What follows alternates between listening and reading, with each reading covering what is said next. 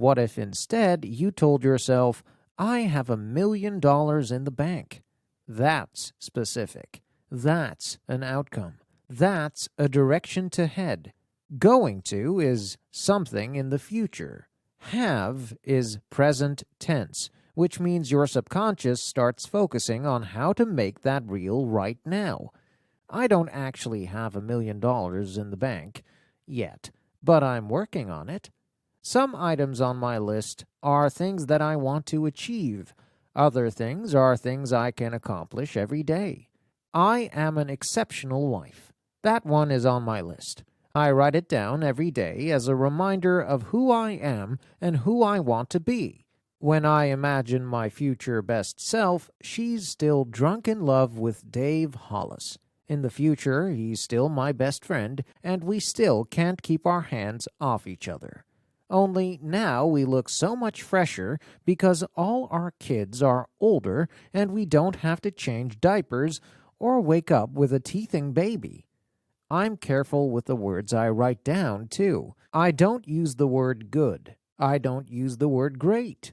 I use the word exceptional. When I write that sentence about being an exceptional wife every day, I have to ask myself what I did today that made me exceptional. It's a simple prompt to move me into action. It reminds me to text my husband and tell him how hot he looked in those pants or how much I love him and appreciate him. That wouldn't happen if I didn't have the prompt reminding me who I want to be. Another item on my daily list is kind of obnoxious, but hey, it's my dream list, not yours.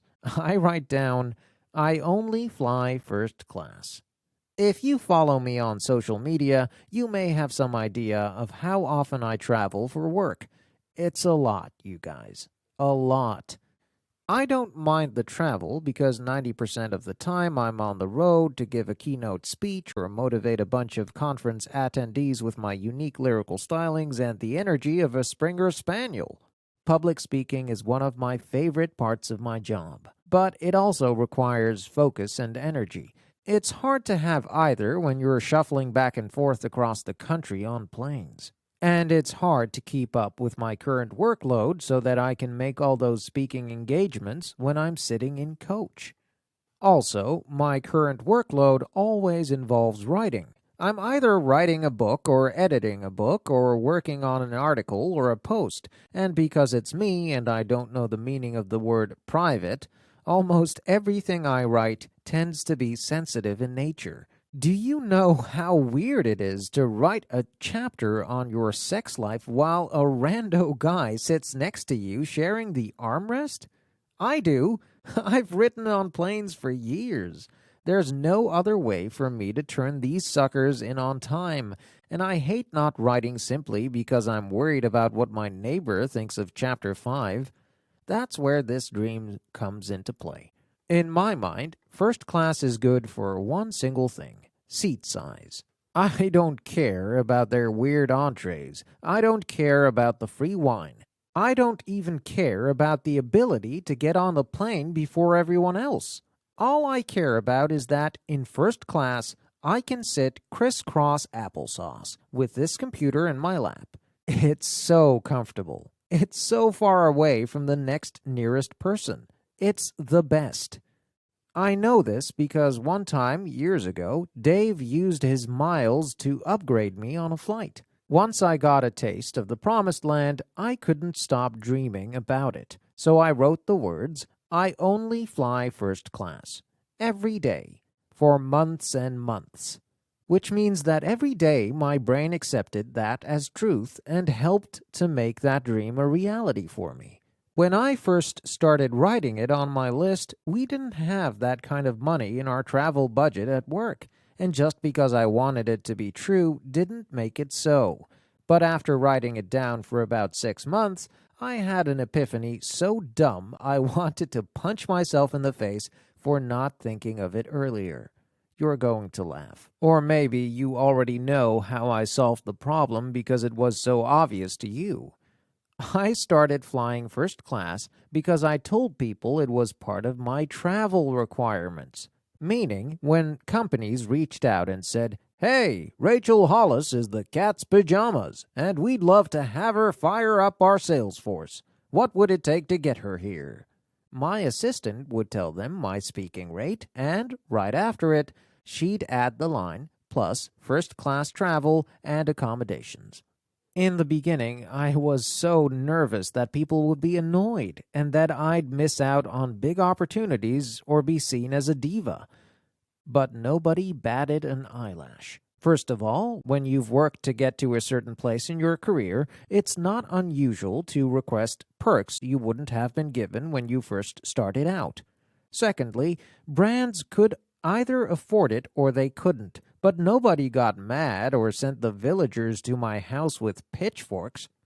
Now I get to fly in the big seats, and I arrive at each work event feeling good and productive and ready to go. In case you're wondering, I still have that line item on my list. I get to fly first class for work, but I'm not at a place with personal finances where we could do that for our family. Yet. Every day I'm reminded about where we're headed. Now that you have your 10 dreams identified, I hope you take my advice and write them down every day. It's a great way to remind yourself daily about who you want to be. But in order to get there, you've got to tackle that list with action and focus. The next step is narrowing your focus down to one goal. 10-10-1. 10 years becomes 10 dreams becomes one goal. Your dream is your ideal. It becomes a goal when you actively begin to pursue it. One goal. I want you to ask yourself right now, what is one goal? One thing you can do that will get you closer to the 10 years from now version of yourself the fastest. What is the one goal out of the 10 you just finished identifying that you can work on this year? Think it over, then write it down.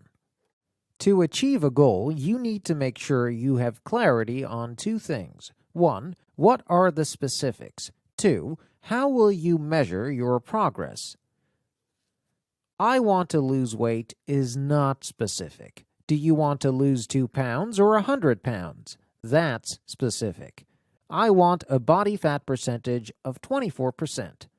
I want to save $5,000. Those are specific goals that you can measure against. I want to do better with my finances.